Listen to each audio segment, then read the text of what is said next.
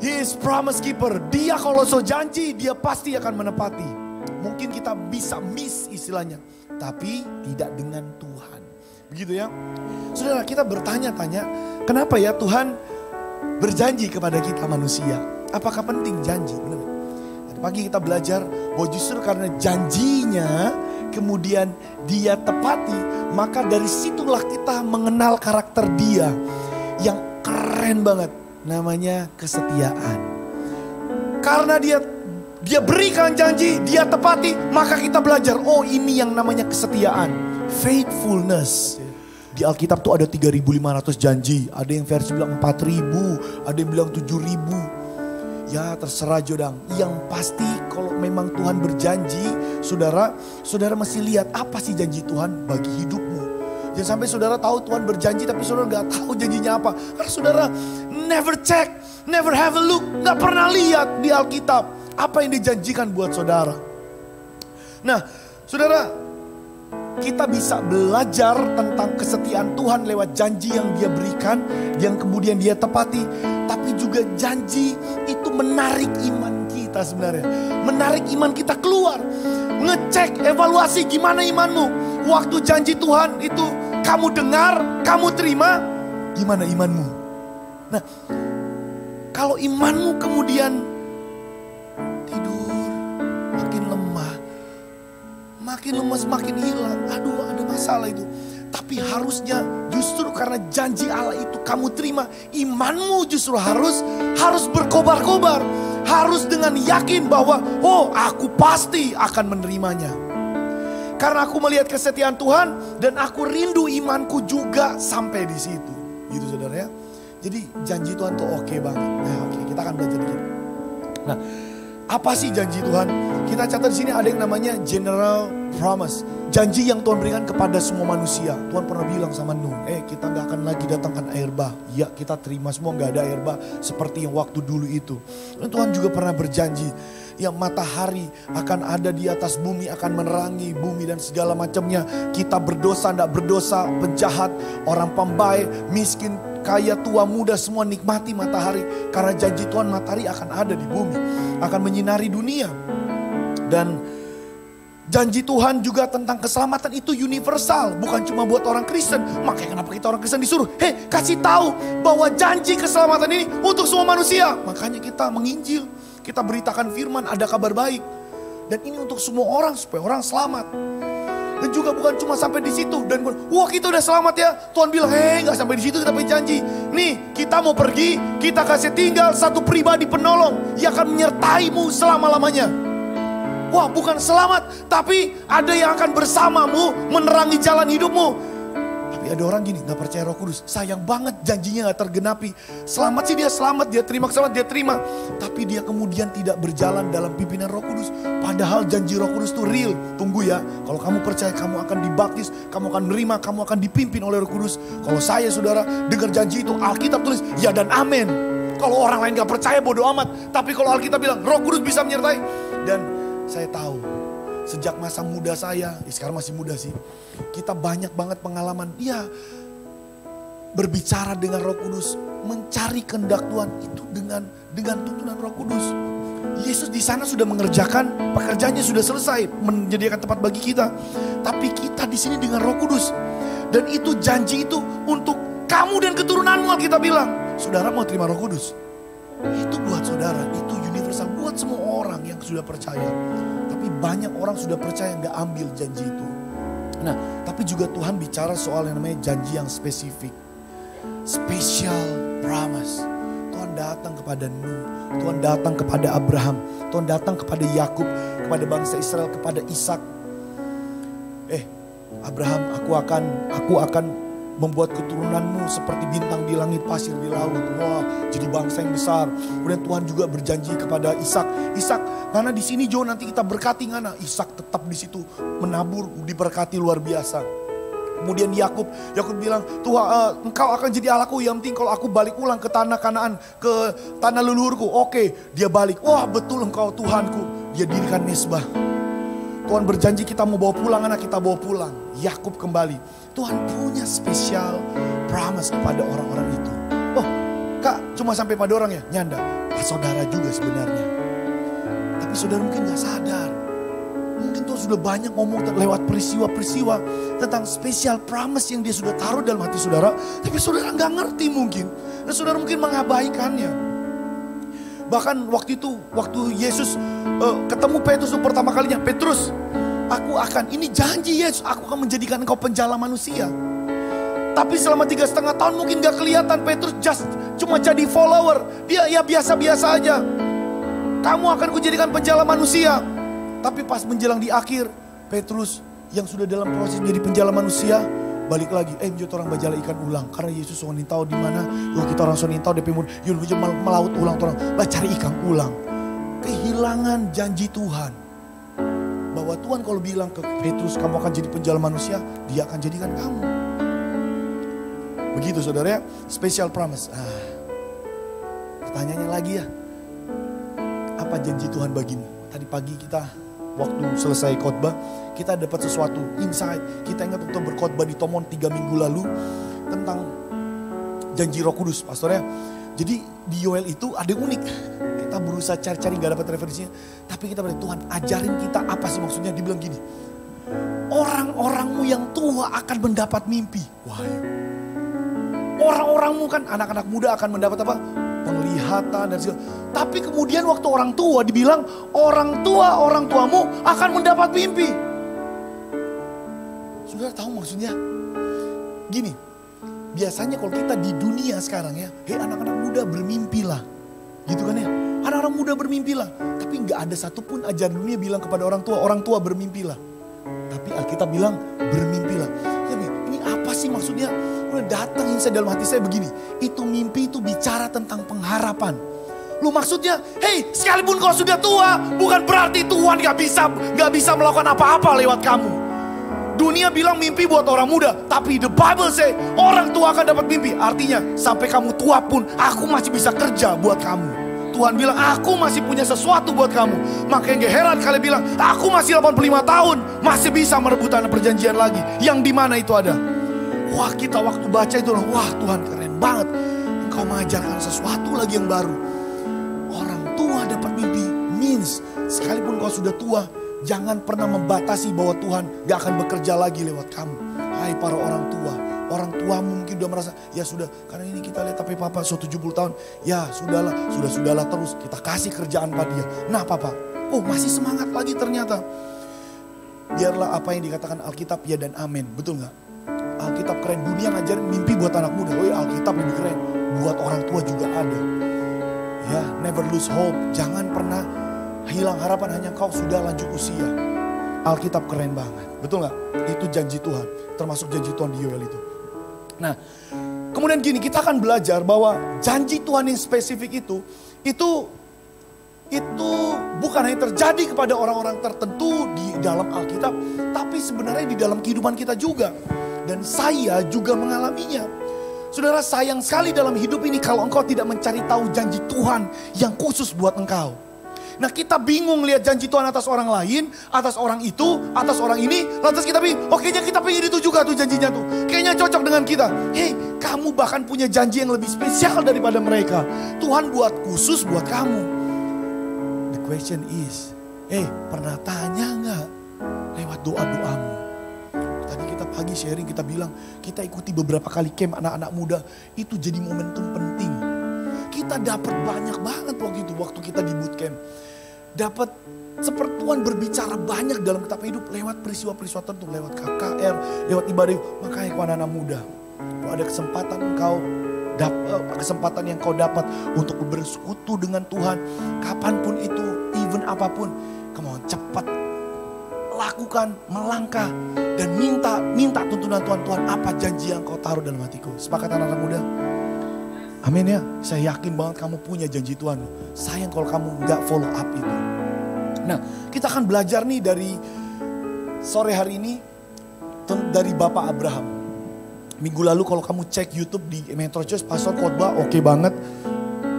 Itu tentang timelinenya Abraham mesti nunggu janji Tuhan tergenapi dalam kehidupannya. Nah, di pasal 22 ini unik banget karena gini, setelah Abraham dapat Ishak, itu di usia Ishak kurang lebih 5 atau 6 tahun diperkirakan. Nah, Tuhan datang lagi kepada Abraham di pasal 22. Dan waktu dia datang, ini agak aneh, agak lain dari sebelum-sebelumnya, saudara. Nah, kita akan lihat, saudara, Kejadian pasal yang ke-22. Bawa Alkitabnya? Oke, kita bisa lihat di depannya. Setelah semuanya itu, Allah mencoba Abraham. Oke, God test Abraham. Ia berfirman kepadanya, Abraham, lalu sahutnya, ya Tuhan, gitu ya. Ya Tuhan, gitu mungkin kalau kita orang Manado. Firmannya, ambillah anakmu yang tunggal itu. Hei, yang mana Tuhan? Ambillah anakmu yang tunggal. Ishak maksudnya. Iya, yang kau kasih. Wow, iya yang aku kasih, yakni Ishak. Pergilah ke tanah Moria dan persembahkanlah dia di sana sebagai korban bakaran. Ya Tuhan, ini benar-benar ya Tuhan ini. Jadikan korban bakaran pada salah satu gunung yang akan kukatakan kepadamu. Oke, itu maksudnya apa sih Kak? Itu jadi korban bakaran. Itu disembelih juga dan kemudian dibakar. Loh, bukannya itu anak yang Tuhan kasih. Kok sekarang disuruh persembahkan? Udah dinanti-nantikan 25 tahun, pas sudah 6 tahun diminta dipersembahkan. Nah, sebelumnya kita akan belajar nih ya, kita belajar dikit. Ini itu mahasiswa teologi gitu kan, jadi diajarin dikit-dikit lah tentang latar belakang. Ini maksudnya datang dalam pikiran kita waktu baca ini adalah begini. Konteksnya ya. Jadi Abraham itu dipilih Tuhan. Abraham tinggal di situ di tengah bangsa-bangsa yang tidak mengenal Tuhan. Dan bangsa-bangsa yang tidak mengenal Tuhan itu juga punya cara beribadahnya masing-masing. Dan tingkat ibadah tertinggi dari orang-orang di sekitarnya itu adalah, if you are the nobleman, kamu tuh orang yang mulia banget. Bukan cuma kambing domba yang persembahkan, berani gak anakmu? Jadi kalau kamu sampai kemudian berani mempersembahkan korban anakmu, kamu benar-benar di bangsa itu, you keren banget, you keren abis.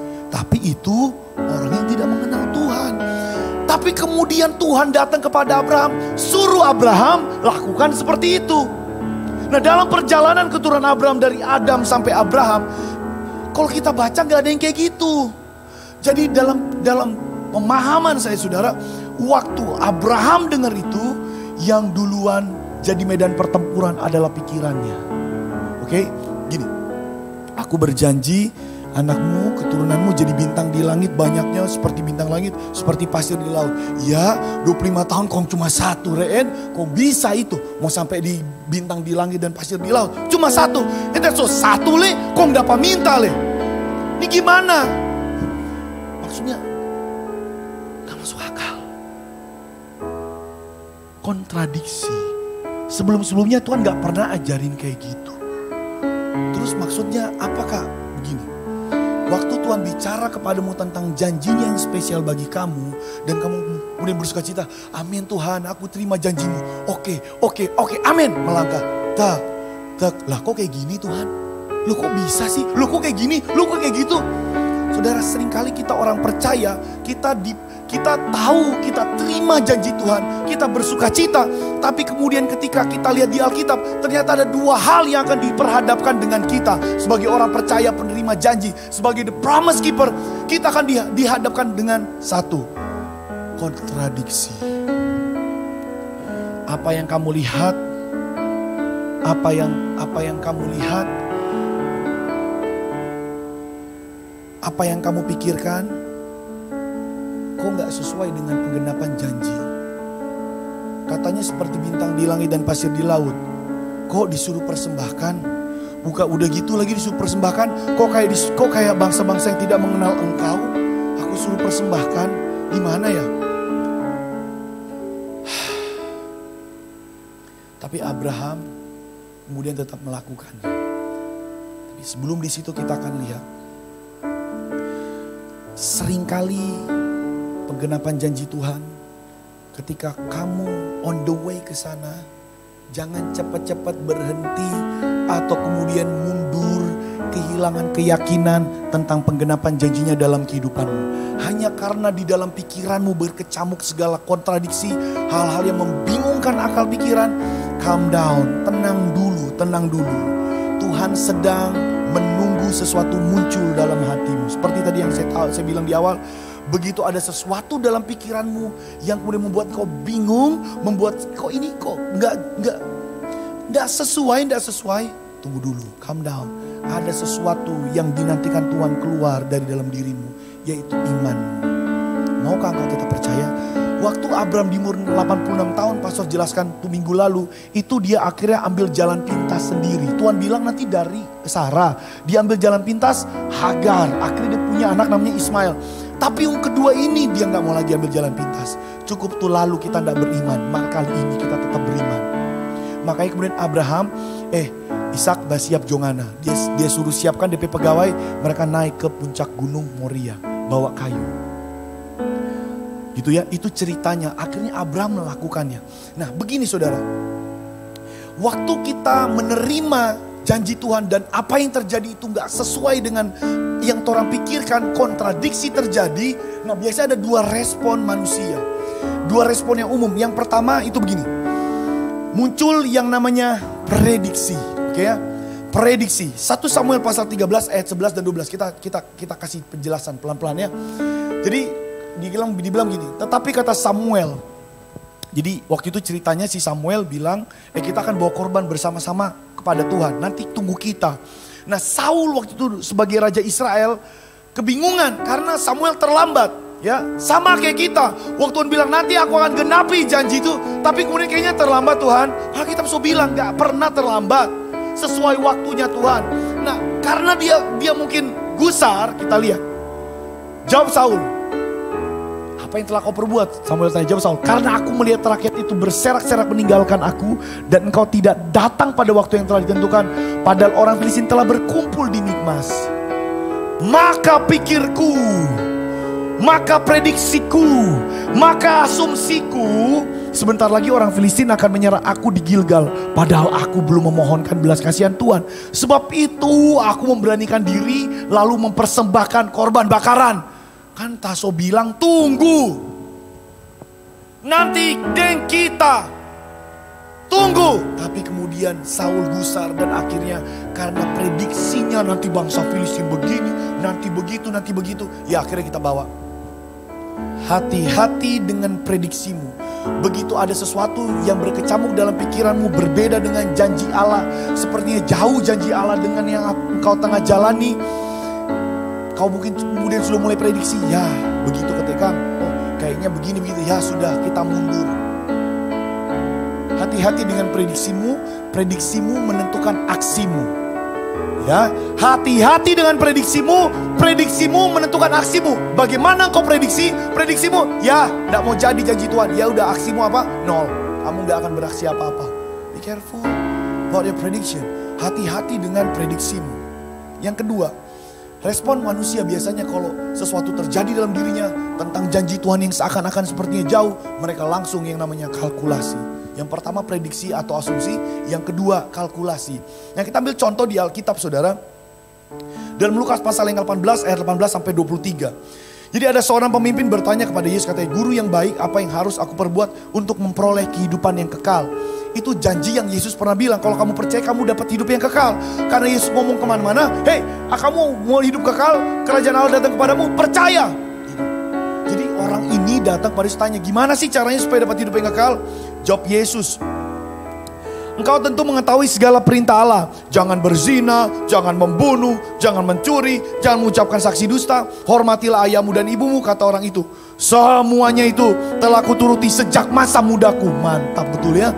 Siapa di sini saudara yang sejak masa muda hidupnya lurus mantul, ini pokoknya aman, lancar, jaya, anak baik, anak soleh, apalagi kaya. Waduh, ini high quality banget ini. Dan dia mau masuk ke dalam kerajaan sorga, dapat hidup yang kekal. Kemudian mendengar itu Yesus berkata kepadanya, masih tinggal satu yang harus kau lakukan. Apa ya?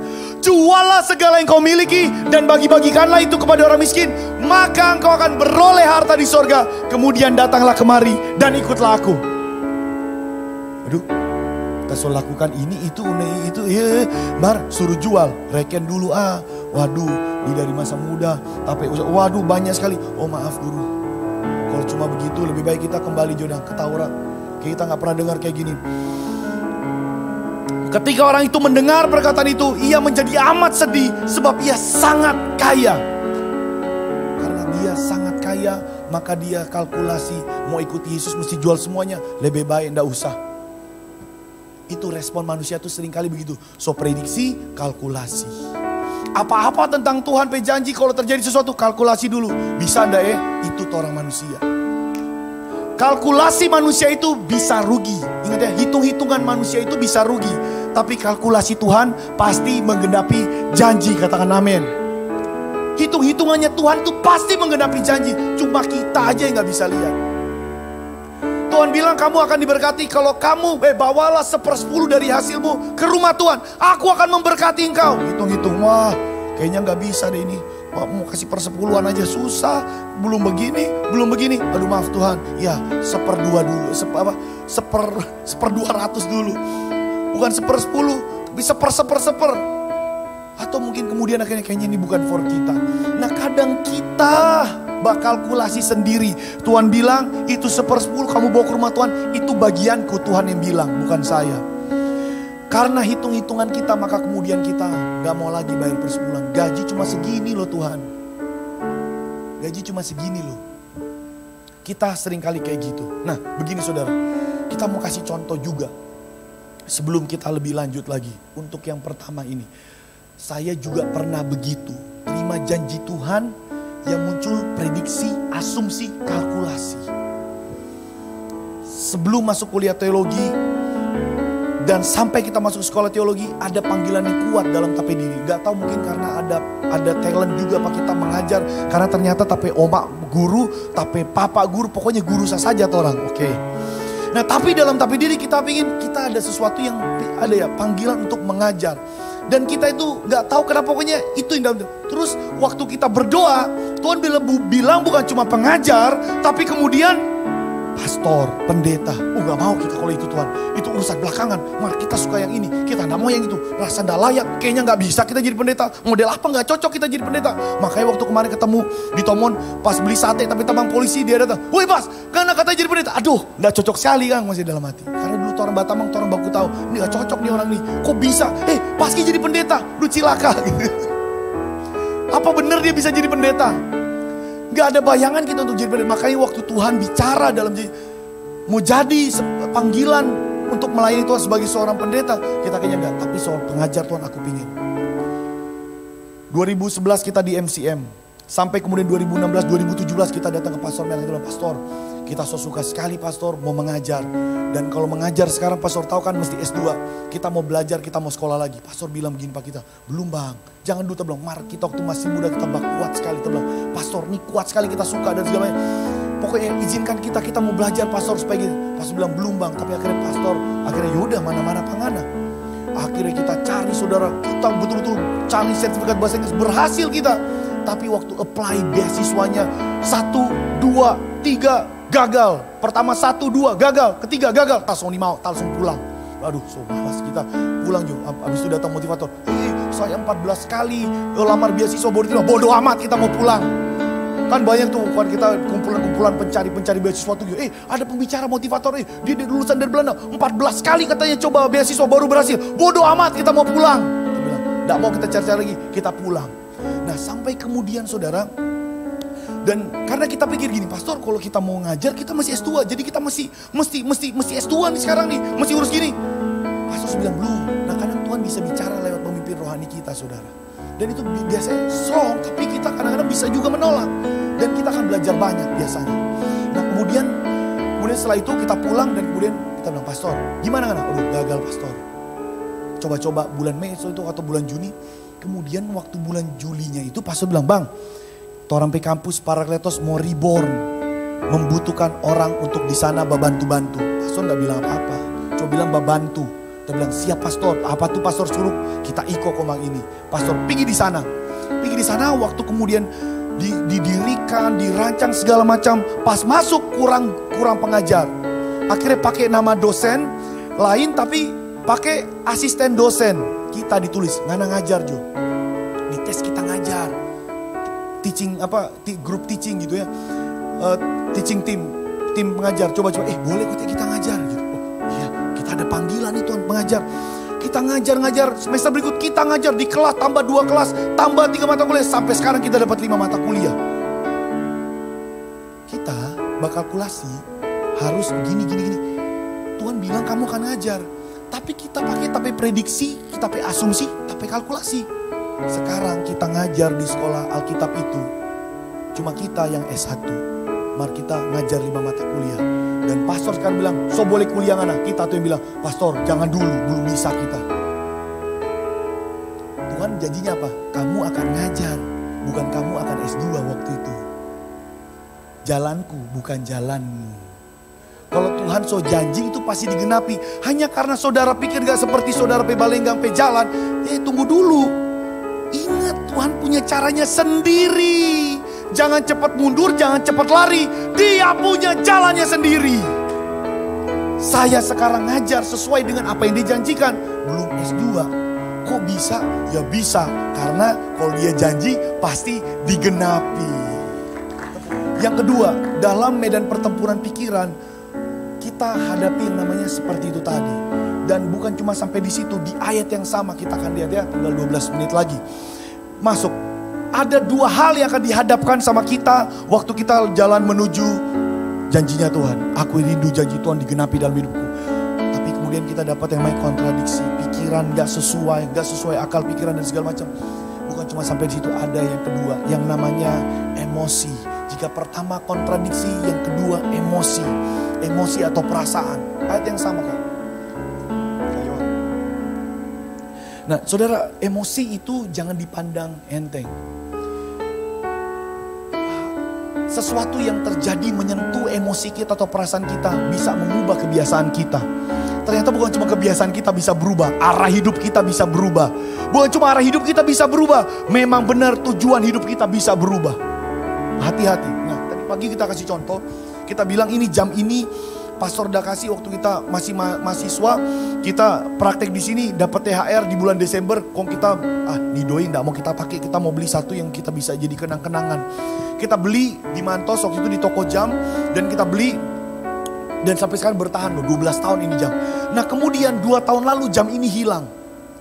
Bayangin kita dari SMA, SMP bahkan kita tuh suka banget jam tangan. Biar dulu yang masih murce-murce, sampai kita kemudian kerja, kita beli yang harganya yang paling, pokoknya harga paling 350 sampai 400. Yang penting asli, sampai sekarang ada yang kita pakai jam.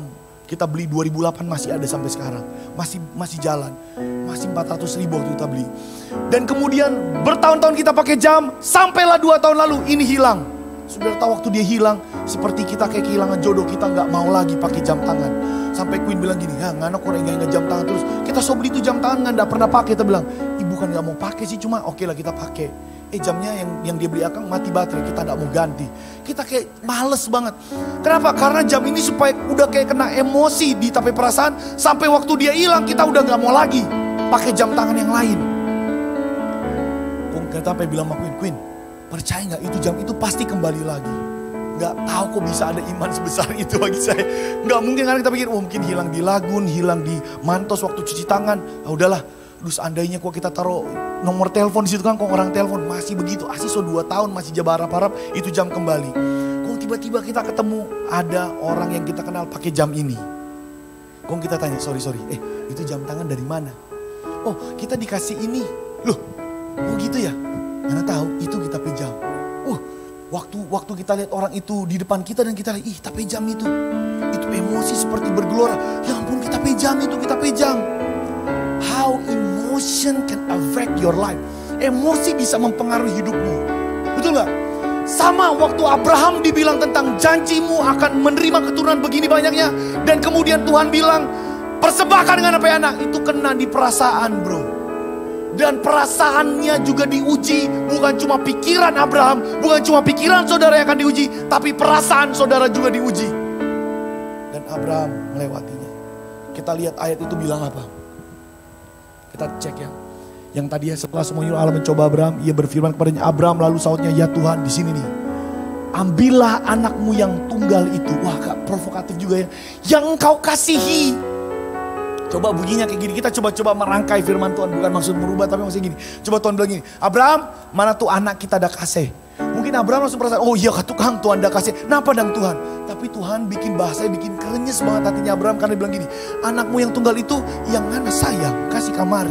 Yang ngana sayang, mesti Tuhan mesti bilang yang kita sayang, yakni Ishak. Pergi kau persembahkan. Wah, dalam hidup ini, waktu engkau lihat janji Allah, bukan cuma pikiranmu yang diuji, yang kau harus hadapi, tapi juga perasaanmu. Sama seperti Simon Petrus, waktu dia baku dapat Tuhan, kita nelayan penjala ikan kontol, nyanda ngan akan penjala manusia, ngan akan menjaring banyak manusia, diselamatkan dan memuliakan Tuhan. Waduh, oke banget tuh. Tapi waktu Tuhan kemudian setelah disalib, Petrus bilang pada teman-temannya, menjatuhlah menjala ikan ulang. Mana mau ikut? Oh iya, orang ikut pangana. Perasaannya hancur karena ditinggal Yesus. Karena ditinggal, dia kehilangan apa yang Yesus pernah janjikan. Check your emotion. Jangan-jangan pernah ada janji Tuhan yang datang kepada saudara 3-4 tahun lalu. Dan saudara udah tidak percaya lagi karena perasaan saudara menolaknya. Karena saudara tersakiti. Saudara kemudian jadi tidak yakin lagi tentang janji Tuhan dalam kehidupan saudara.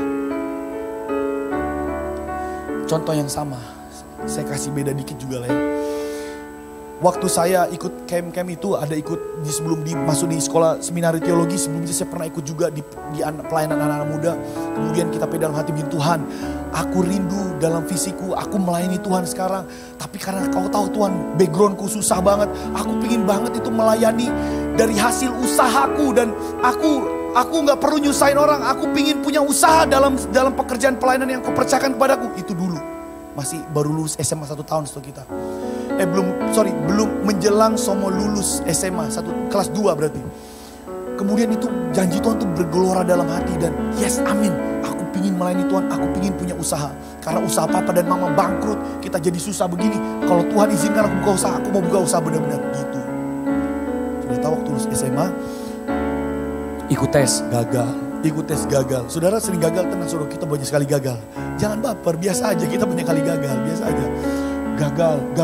Akhirnya kemudian waktu kita main keyboard di gereja sedih, gagal ini masuk universitas. Oke, sekarang kayaknya terima di mana? Diterima di universitas. Waduh, senang.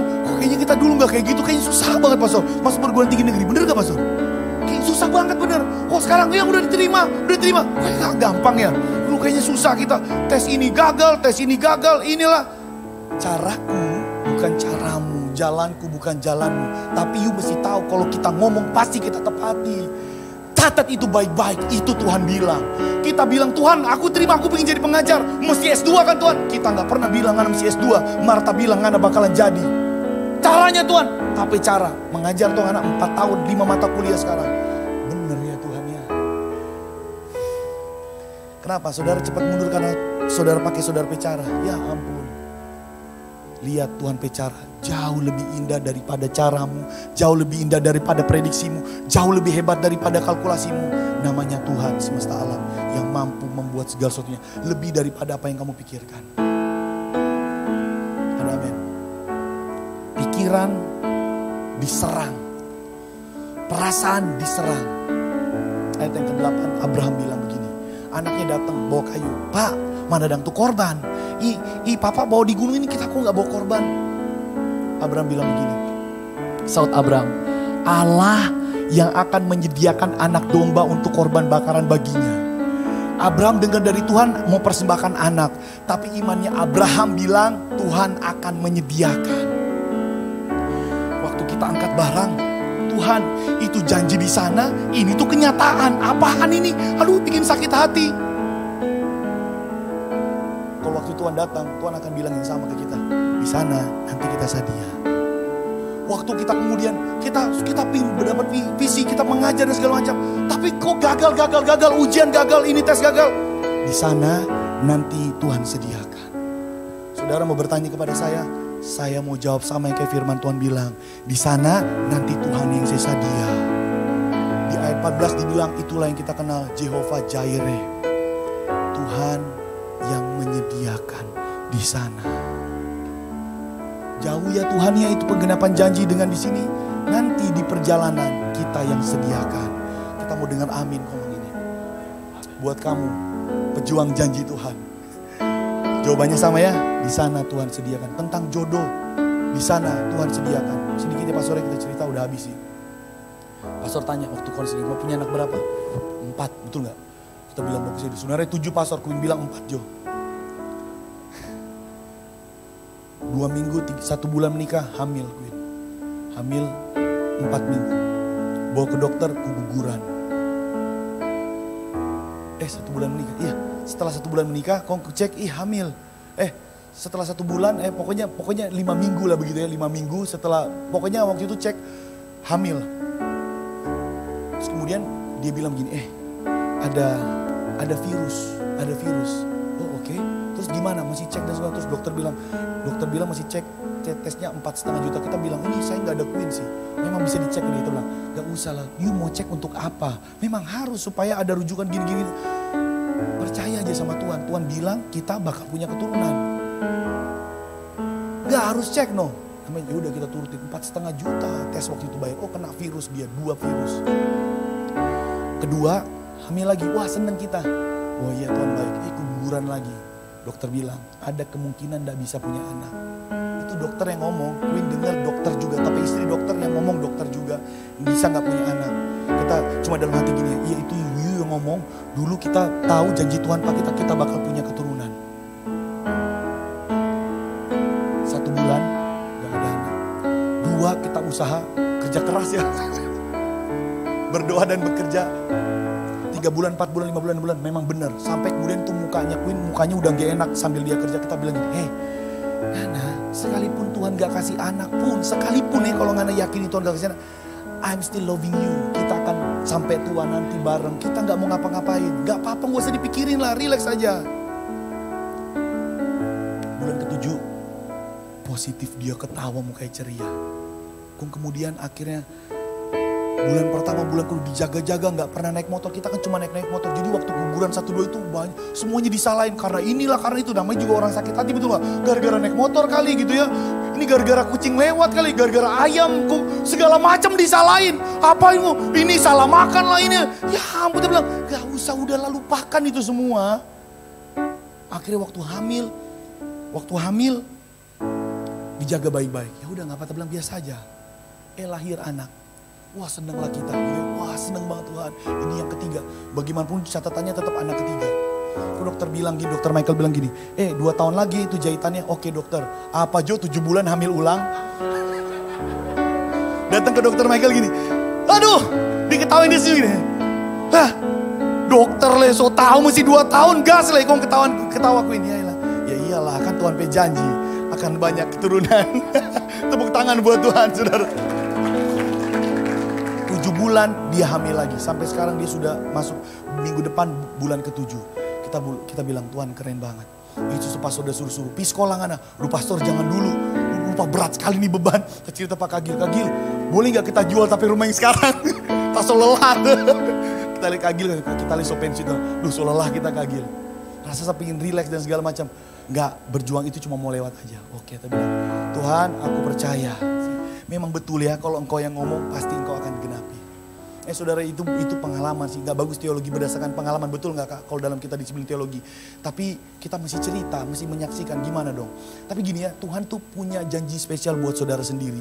Kalau saudara bilang gini, kalau kita enggak. Kita banyak kali dengar orang gitu. Kalau kita enggak begitu, padahal mau. Gitu ya, kita ngomong enggak mau punya usaha. Nanti begini begitu, padahal pengen kaya. Terus lu mau kaya pakai cara apa? Gitu ketiban durian runtuh dari surga gitu datang berangkas. Kita juga bingung orang-orang pingin kaya tapi gak pingin usaha.